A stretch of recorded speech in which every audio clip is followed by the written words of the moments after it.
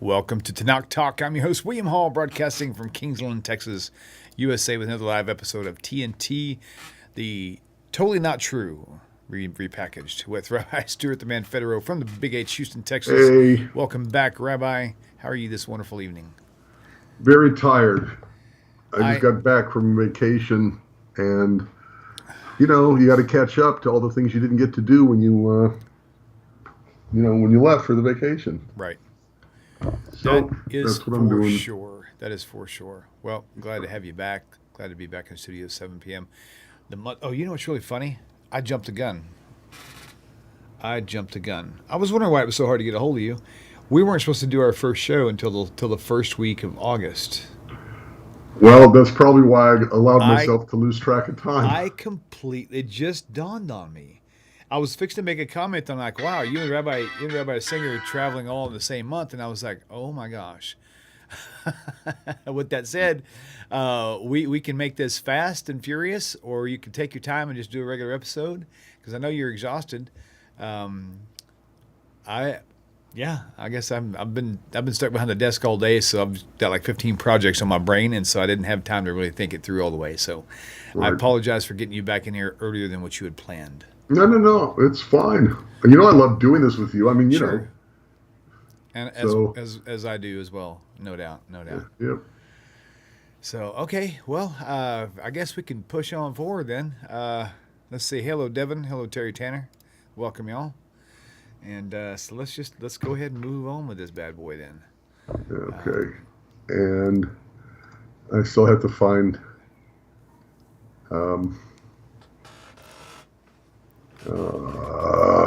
it's okay.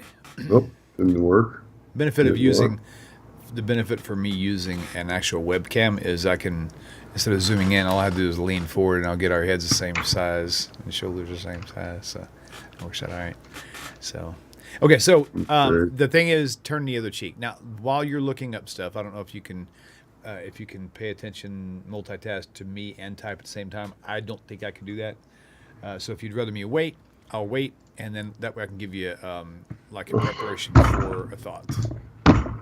All right, do me a favor. Yep. Tell me, based on our title, the passage in New Testament where he says, turn the other cheek. Oh, I can find that out for you real fast. Give me one second. Yeah, I'm trying to find it. Unless I'm misspelling it. How do you spell cheek? You need to use Google to search for it instead of the Bible software. It's Matthew 5:38 through 40. I for an eye. I got it. Yeah, seriously, if you search on the Bible software, you have to have everything exactly spelled right.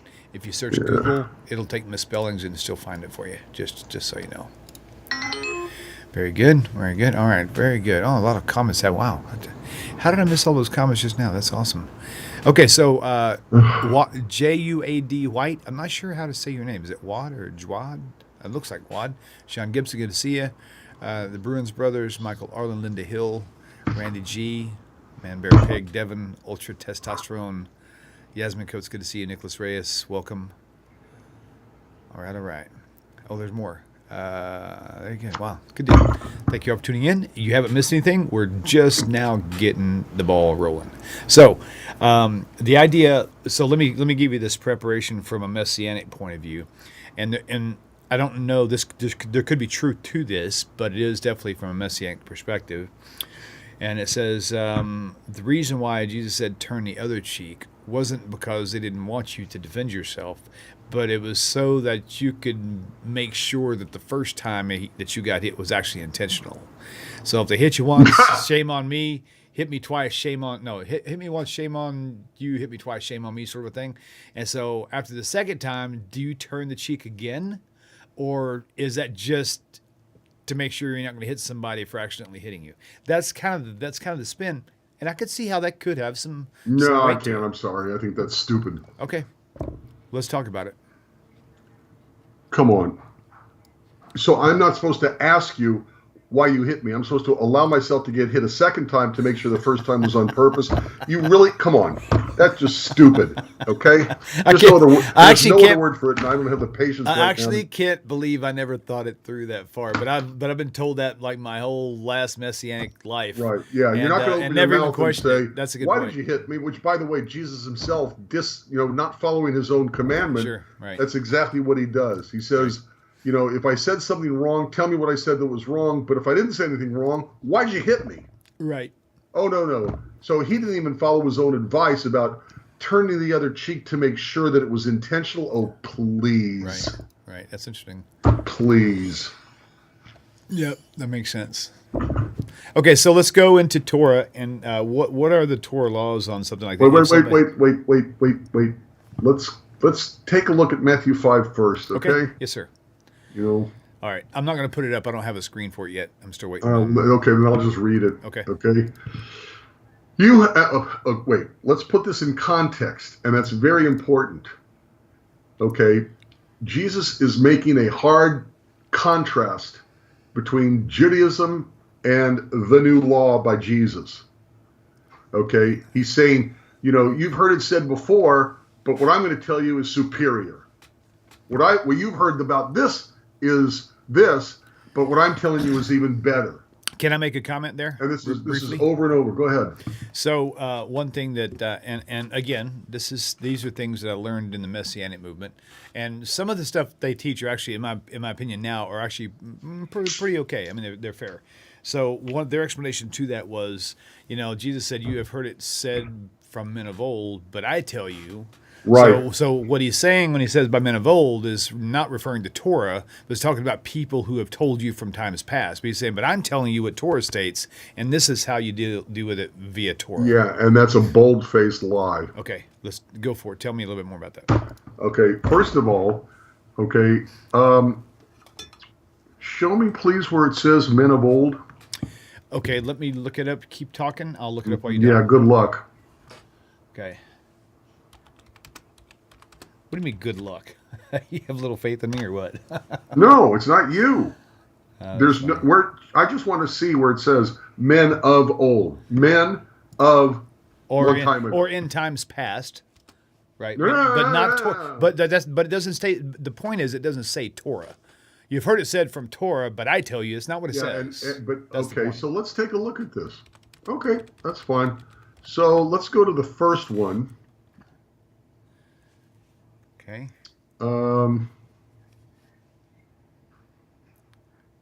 What was the Matthew? What was the version? Matthew 5:21 is the first one that I can find. Allow me. I'm sorry. Say it again. Matthew 5:31.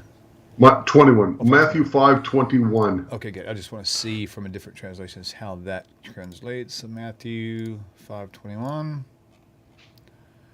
Okay, you've heard it was time.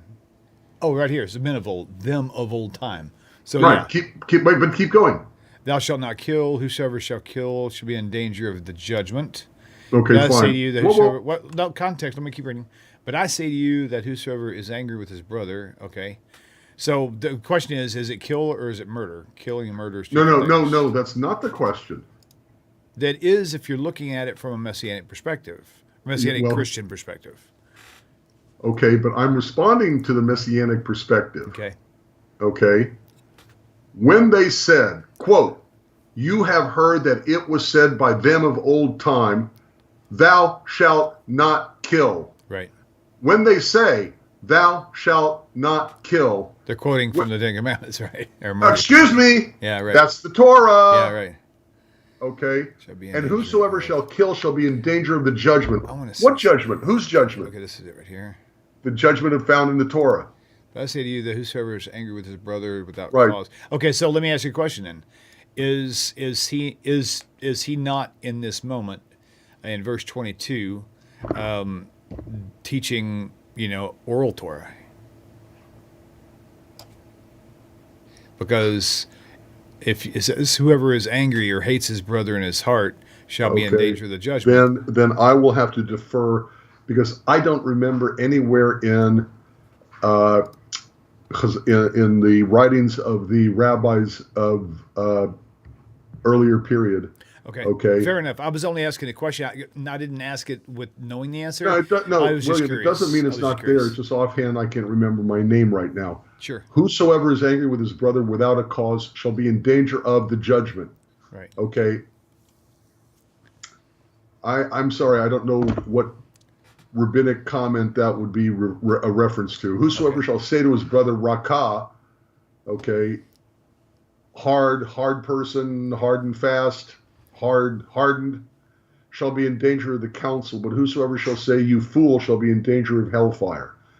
I'm sorry, I just can't see any rabbinic source saying that you say fool, you're going to be in danger of hellfire. Right. Okay, that doesn't sound rabbinic at all. Got it. Okay, cool. To me, he's contrasting what it says explicitly in the Torah, thou shalt not murder, and whoever kills shall be in danger of the judgment, as it says in the Torah. Okay. Okay. And I think that this next verse, which is 22, whosoever is angry with his brother without a cause shall be in danger of the judgment, and whosoever shall say to his brother Rakah shall be in danger of the council, but whosoever shall say, you fool, shall be in danger of hellfire. That's him talking. Right.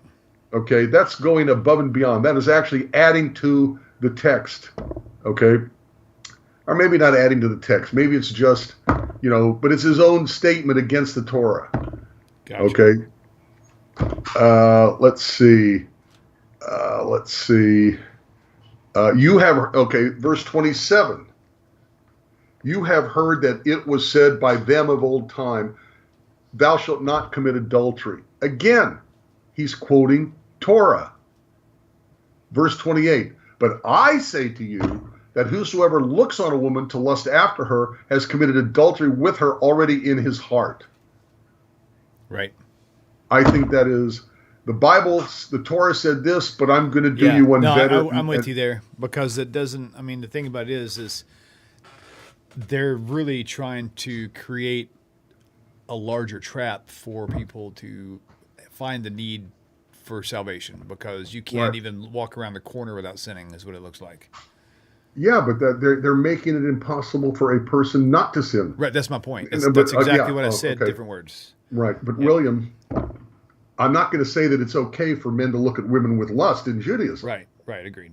Okay, but to say that looking at a woman with lust is a commitment of adultery in his heart, right? I have a hard time with that, because the Judaism I know, okay, is that we're not condemned by and large with what is in our brains, within our minds, right? With concepts. We have a inclination to do good, and we have an inclination to do evil.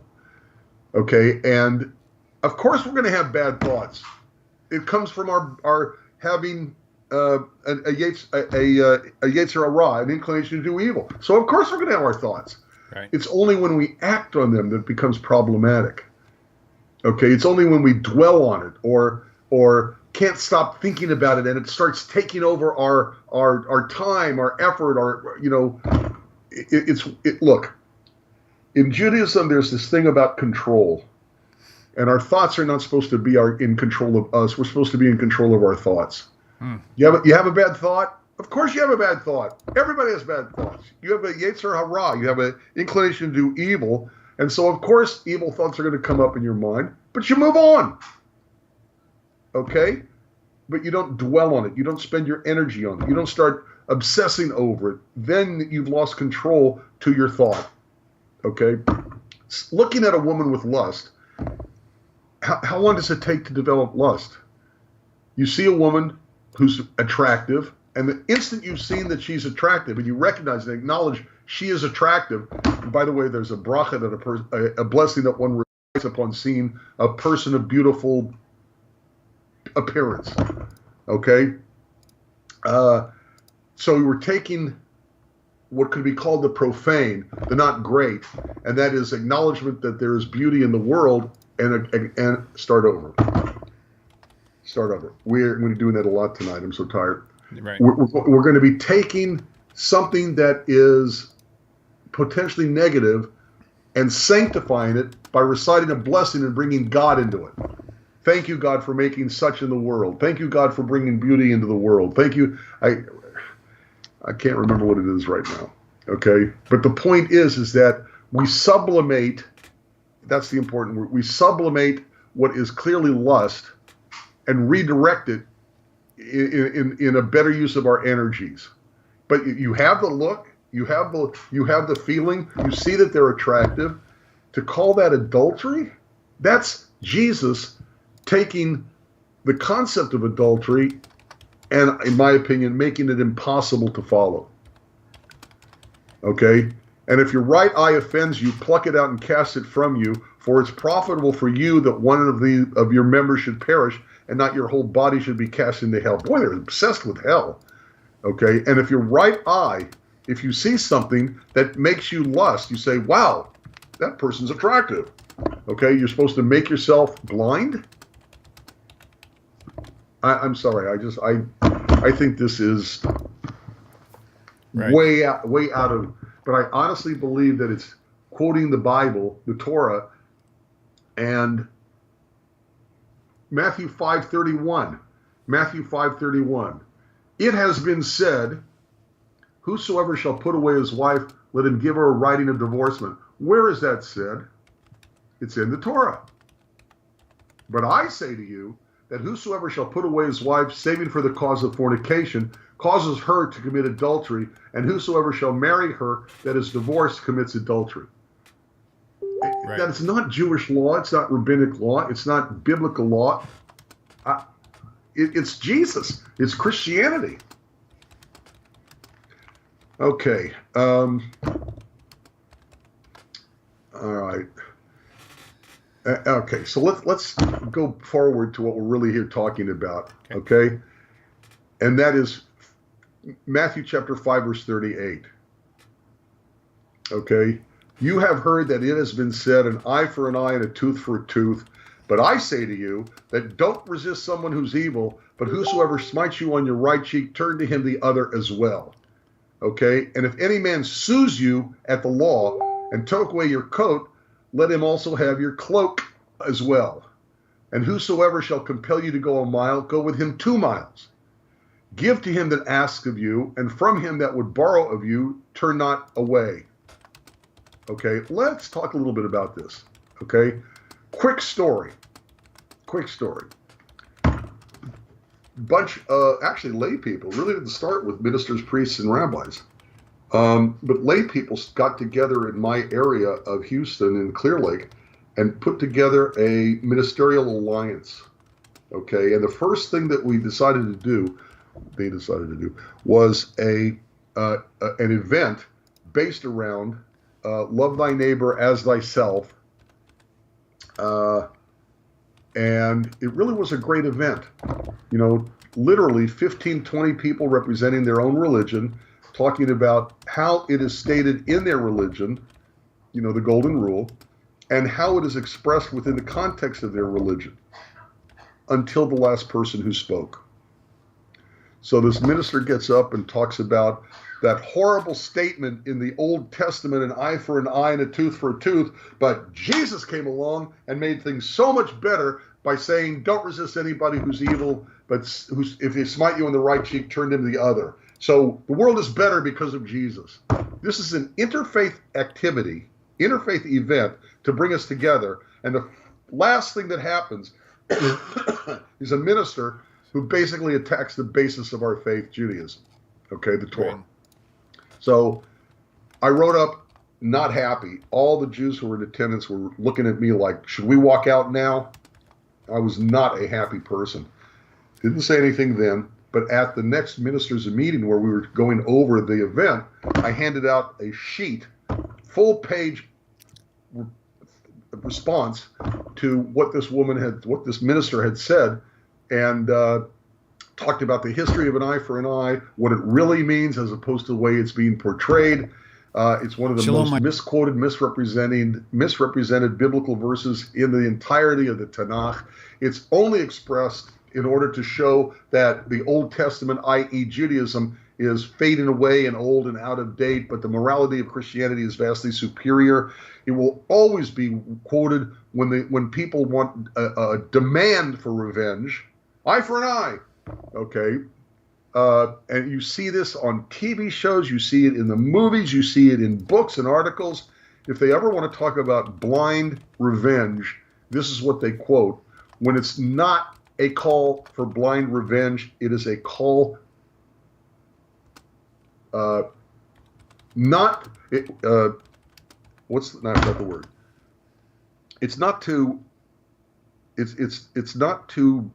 be a demand for revenge. It's a limitation to revenge.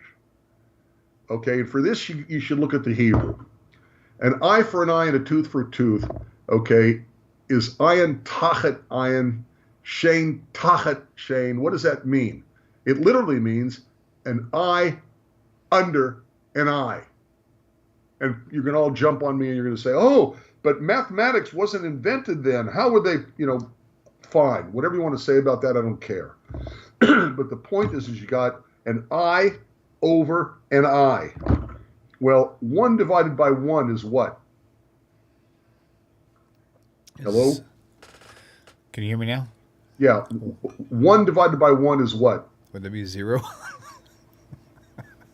No, 1 divided by 1 is not 0. Is 1. Thank you. Okay. 2 divided by 2 is what? 1. 3 divided by 3 is what? 1. Got it. Okay. In other words, it's calling for a 1-to-1 response when something bad happens. It's a limitation to revenge. A better translation, a more accurate translation, not of literal, but of what it really means is only an eye for an eye, only a tooth for a tooth.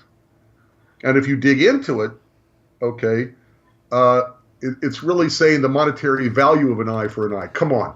If you get into a fight with somebody who's already only has one eye, actually, I think this is explicitly a rabbinic explanation, but don't ask me a citation. Okay, if you're fighting with somebody who only has one eye and they knock out your eye, you're supposed to make him completely blind? Is that fair? Is that really equal? No, it's talking about monetary repayment when someone is responsible for an injury. And even in modern courts, that's what we do. If I'm walking on your lawn and you have a hole in your lawn, a hole in the ground, and I fall in your hole in the ground and I break my leg, okay, are you then supposed to exactly walk and break your leg exactly in the same place on your leg and exactly the same way? You can't make that happen. But in modern world, long time ago, it was a lawsuit. So an eye for an eye is a limitation to revenge, not a demand for it.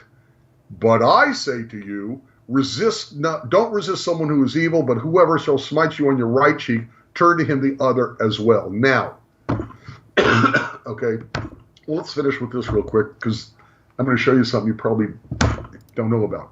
Okay. Most Jews don't. Okay, verse 40. And if any man sues you, taking away your coat, give him your cloak as well. That is like saying, if somebody sues you for your jacket, give him your coat. Okay? And whosoever compels you to go 1 mile, go with him 2 miles. Okay?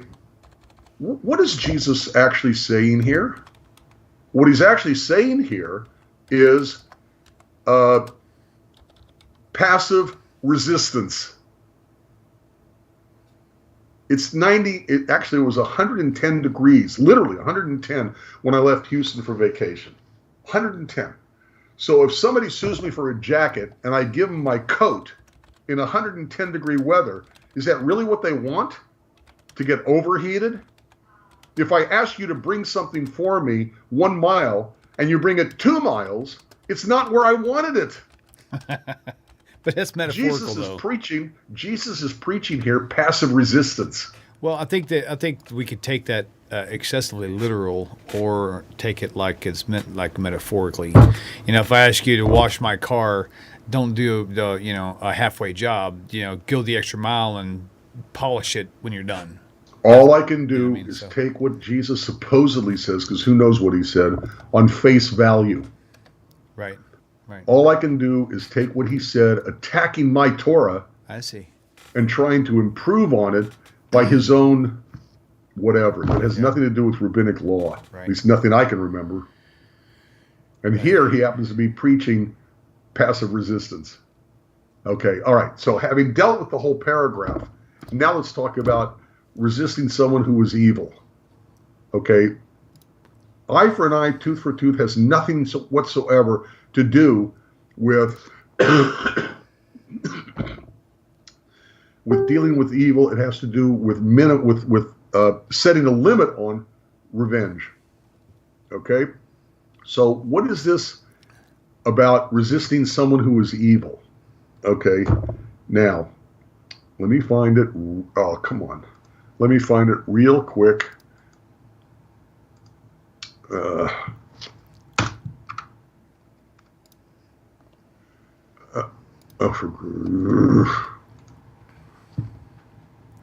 What are you looking for specifically?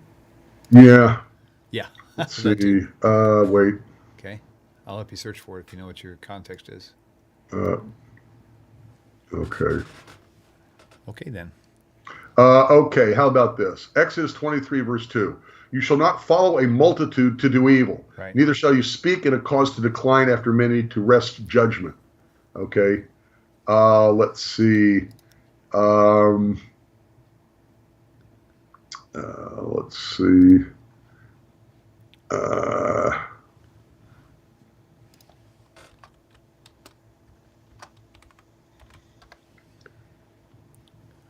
Okay, I can't find them quick enough. Maybe you can, but there are various number of passages, verses in the Hebrew Scriptures that tell us we have to battle evil. Okay. Okay. Blot out the evil in your midst. Right. Why didn't that show up? I just did a search for that, and I can't even find it. Blot out the evil in your midst. That's, whoa. Can't find it. That's funny. There's actually something in, is it Nehemiah? Nope.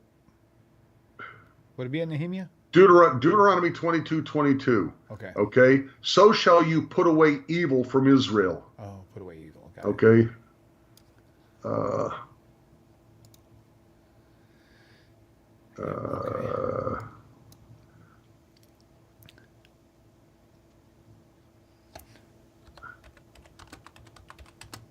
All right. I'm. If I. I just came back this morning at 3:30. That's my okay. excuse. So you got Job 11:14. Put away evil and wrong. Put away evil. Right. Right. Rebuke your neighbor. That's what I was thinking about earlier. Was the I can't find it. Rebuke your neighbor for the evil he does. You say, you shall surely rebuke him. Thank you. I'll surely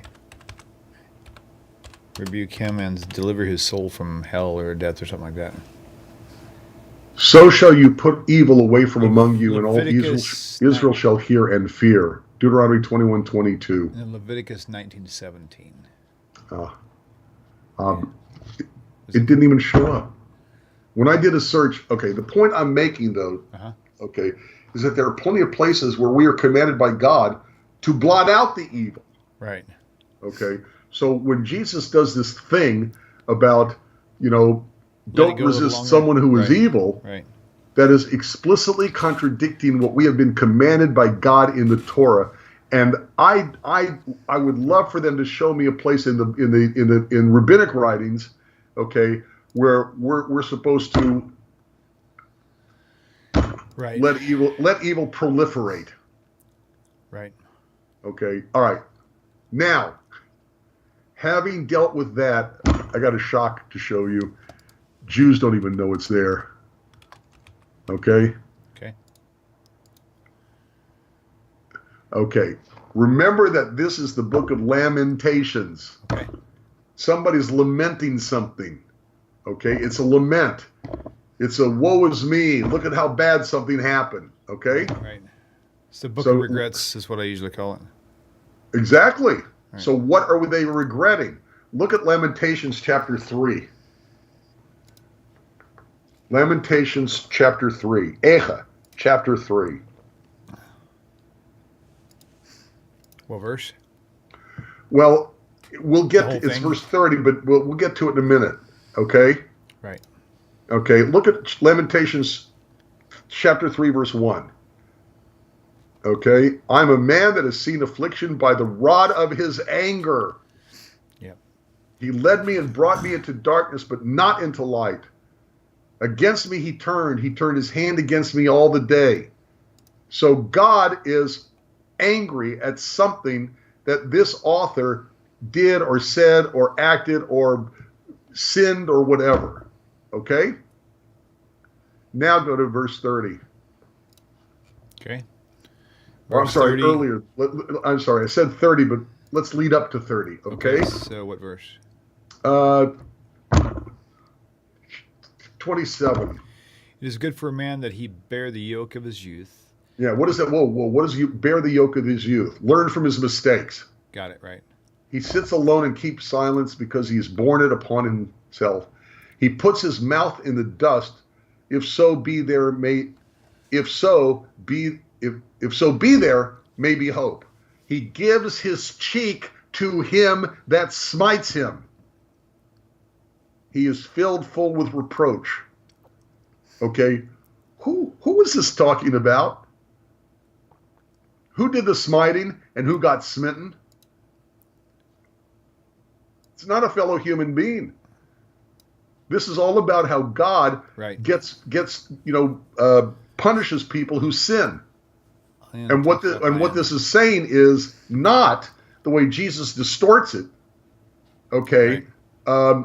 If a person smites you on the cheek, let him hit you on the other cheek. Don't resist someone who is evil, completely contradicting what Judaism says.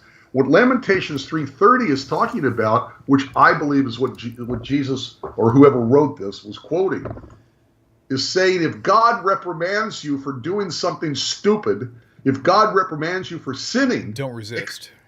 Accept your punishment. Right. Know that you did something wrong. Nice. Because what is this? What do we talk about when we talk about repentance? Yeah. Right. Knowing you did something wrong, feeling sorry for the fact that you did something wrong, and accepting the correction that comes with it.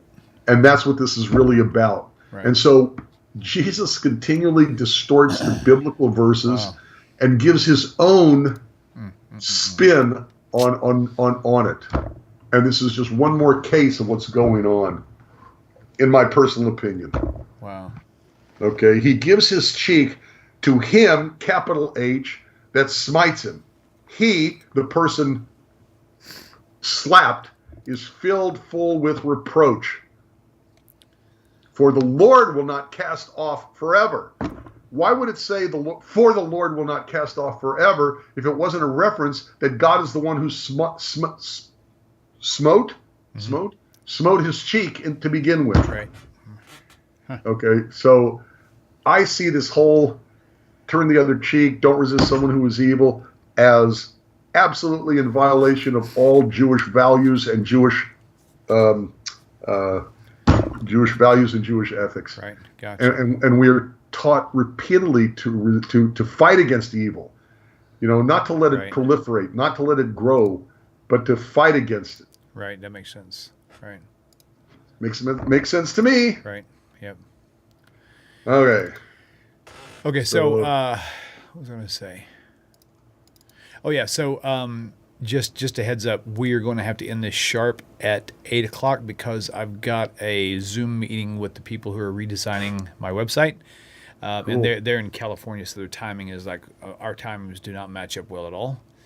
Okay. So with that note, just y'all sit tight just for a second. I'm going to put this little ad up real fast, and we'll be right back. Thank you. Shalom, my dear friends, followers, and supporters of Tanakh Talk. I would like for you, if you find this channel helpful in any way, and if it has benefited you, please consider supporting Tanakh Talk on a monthly basis. For the first time in 8 years, Baruch Hashem, I am now working Tanakh Talk full-time. So having your consistent support is more important now than ever before. The long-term benefits will be excellent. I am finally able to invest the time and energy into the channel that I had intended on in the very beginning, bringing on more shows with more varieties of teachers and more types of classes. The ultimate goal will be to have 12 to 15 shows per week, plus a lot more. Now, this is going to take some time, of course, but this is the direction that the channel is certainly headed. Also, I'm having a new website built by donors that's going to be more interactive and useful for everyone. Up until now, YouTube has been my only go-to for most everything Tanakh Talk related, with the exception of the donate button. The new website will completely override the entire website with a slightly different branding curve as well. Same Tanakh Talk, correct spelling. Praise Hashem, with this new website build, the resources will be much easier to locate and utilize. It will also allow me to send out bulk update emails on a fairly regular basis. There's much more to say, but in an effort to keep this video as short as possible, I will end with this. Many of you have been donating for a very long time. Some of you are new. Some of you have been with me since the beginning. That has been very key in keeping this program running for so long. So with all my heart and all my family's heart, thank you so much for your steady support. This is merely the beginning of a long journey, however, and I would be honored to have you all join me along the way. Shalom with lots of love from Tanakh Talk and the Hall family. If you are planning on starting to donate now, just simply go to PayPal and just search for Tanakh Talk by using the email address, tanakhtalk@gmail.com. Patreon is similar, but you can type it in the URL, patreon.com, patreon.com/Tanakh Talk. Thank you again very much for your consideration. Okay, so that is a long, steady drip of Torah that will wash away the hard rock of Christianity, no doubt. That's insane. One of the most interesting things that you said that I can't believe Wait a minute. It's continuing to play. No, you're watching. Okay, I got it. Rabbi, you got to remember, you're watching. What you see online is 10 seconds No, later. I just kept hearing your voice keep going. I thought it was you still. Oh, gotcha. I thought it was the same video. Okay, right. Meanwhile, I'm trying to find something. That's okay. So I think I forgot what I was saying. Okay, we'll move on. Let's see. Where are we at here? I'm sorry. Okay, scroll up, Larry. Okay, so I'm not really sure how the playback works on this thing. I don't know if people, when they tune in for the first time, if they catch it from the beginning or if they catch it from the live spot. Because some of the comments I see in here don't seem to match up with what everybody else is talking about. So anyway, so if that's the case, guys, be aware that you may be seeing comments that happened earlier on. So, all right. Okay, so where do we need to move on from here? So we got I'm trying to find something as fast as I can, and of course I can't find it when I need it. Was it in chat that you're looking for, or was it? Yeah. HI. Desktop.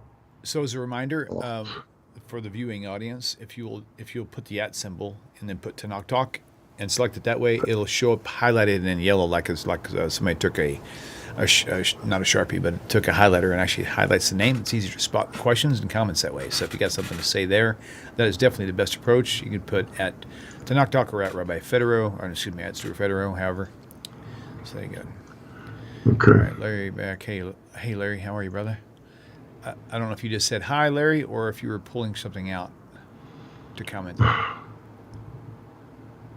Oh, I see what you did there. You were responding to. Okay. All right. Let's see. So I would like to make it a rule for you and I both, just to avoid any kind of dead air, is only to respond to questions in chat that have our names highlighted, because it takes too long to find questions if we're. I agree. That's what we're looking for. So, okay, good deal. So, all right, moving on. So, we could roll into ayin tachat ayin. Not that that's the direct connection, but there is a slight relation there somehow. An eye for an eye, do you want to kind of see if there's a merging of the two contexts there at all, or no? Give me a second. I'm trying to find something specific, and I'm having difficulty finding any of it. Okay, so either you can give me some idea of what to look for and I'll help you, or we're going to have to pass that one up and move on to a different topic. All right, let's pass it up and move on. Okay, so does ayin tachat ayin work here somehow or another with turning of the cheek, an eye for an eye? Because my thought was, Jesus said turning of the cheek, but then Tanakh says an eye for an eye. I mean, so you slap me on the cheek, and I'm not giving you my other cheek. You're fixing to have to give me your cheek in return. And I know that's not what ayin tachat ayin means, but there's a slight contradiction there, at least, to say the least. I have no idea what you just said. You weren't paying attention, were you? I was. I just didn't follow what you were saying. Okay, so It's my slow brain tonight. That's okay. You weren't supposed to be on tonight, and I didn't realize that till it was too late. So. No. Doesn't matter. All right, Lon Cherry. Oh, Lon's in the chat tonight. That's cool. Lon Cherry Holmes. He's like my baby brother. Hey. You met him before. Yeah, of course. He was actually in Tennessee with me to see Rabbi Singer. Let's see how I translate my own text. Okay, so Lon, the point is, don't put Hebrew in here. Just put the English, because most of us can't read Hebrew. Some of us can. Just go straight for the English to make your points. That's the point. Kind of the chat rules. Don't comment in another language when nobody can understand what's going on. So, all right, cool. Very good. All right, well, I am a really big shunner. Is shunner a word? Shunner of dead air. I really hate dead air. So yeah, I do too. So let's find something else. Is there a way to connect ayin tachat ayin with? Here it is. I found it now. Oh my gosh. Okay, go ahead. Okay, I'm sorry. You are one-track minded for sure. I'm just going to read this out loud, okay, and talk about it real quick. John chapter 18, verses 22 and 23. John chapter 18, verses 22 and 23. And when he had said this, one of the officers standing by struck Jesus with his hand, saying, "Is that how you answer the high priest?" Jesus answered him, "If I have spoken wrongly, bear witness to the wrong. But if I have spoken rightly, why do you strike me?" So here, Jesus doesn't follow his own advice by turning the other cheek. Instead, he rebukes the man for having slapped him. Also, the book of Acts, chapter 23, verses 2 and 3. The book of Acts, chapter 23, verses 2 and 3. And the high priest Ananias commanded those who stood by him to strike him on the mouth. Then Paul said to him, "God shall strike you, you whitewashed wall. Are you sitting to judge me according to the law, and yet contrary to the law you order me to be struck?" So here, Paul doesn't follow the advice of his God by turning his other cheek when Ananias commands those standing by Paul to strike him on the mouth. So here are two incidents, John 18, Acts 23, where Jesus doesn't follow his own advice and Paul doesn't follow Jesus' advice. Okay, that's all I wanted to say. Okay, so... Okay, so for whatever reason... Okay, so just so you guys know, whenever you start typing out the names, like at Stuart Federow, at Tanakh Talk, you actually have to select. Once it starts to autofill for you, you have to select it. Otherwise, it doesn't show up highlighted.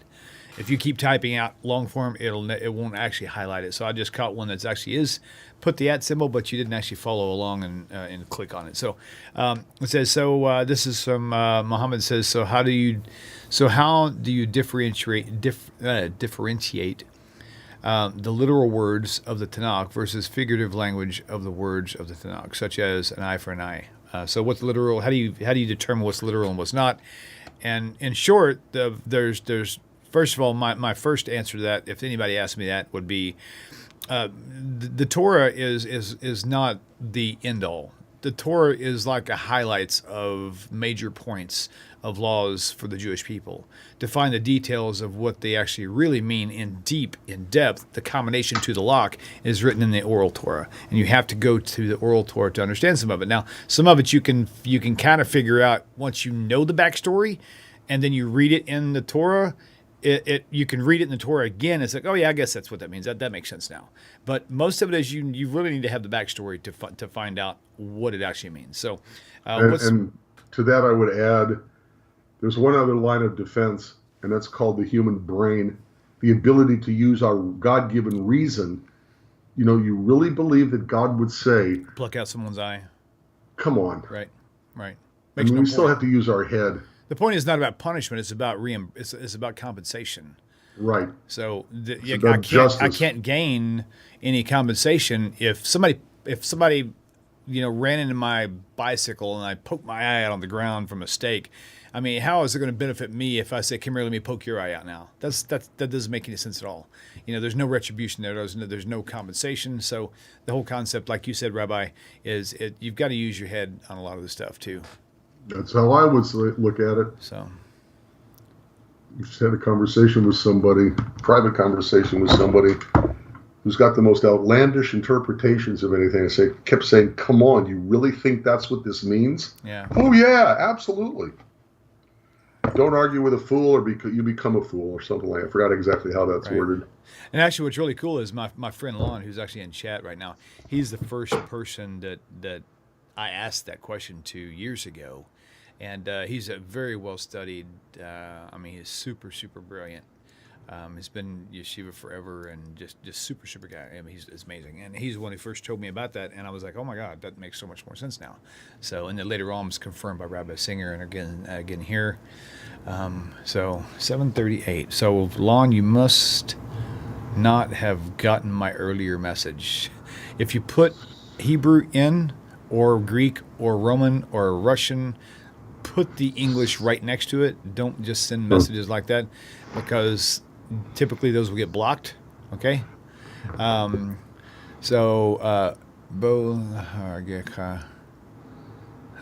If someone comes to kill you, rise early and kill him first. Oh yeah. That's the usual translation. Got it. Nice. Yeah.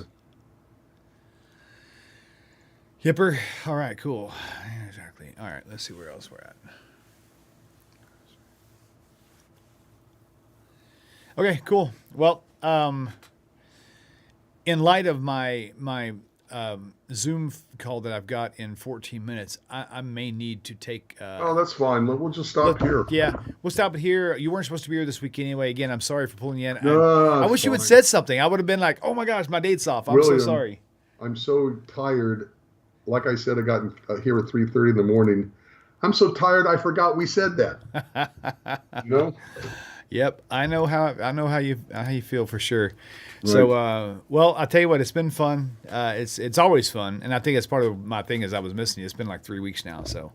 Yeah, I know, I missed you too. I don't even know what the date is. It was great seeing you at the convention. I just wish I could have made it to Nashville. Oh man, they were both amazing. They were both super awesome. Yep. And the debate was great. I'll give you my my in-depth play-by-play on the debate from my perspective, maybe next time. Well, I would love to. So, all right, guys. I can't today. I can't tonight. Couldn't today. Can't tonight. I'm hoping tomorrow to sit down for the couple hours it takes and watch it and make my own little notes. Right. That's cool. That's cool. Yep. All right, everybody. Y'all have a great weekend, and we'll see you later. Great week, excuse me, and we'll catch you on the other side. Shalom, everybody. Peace.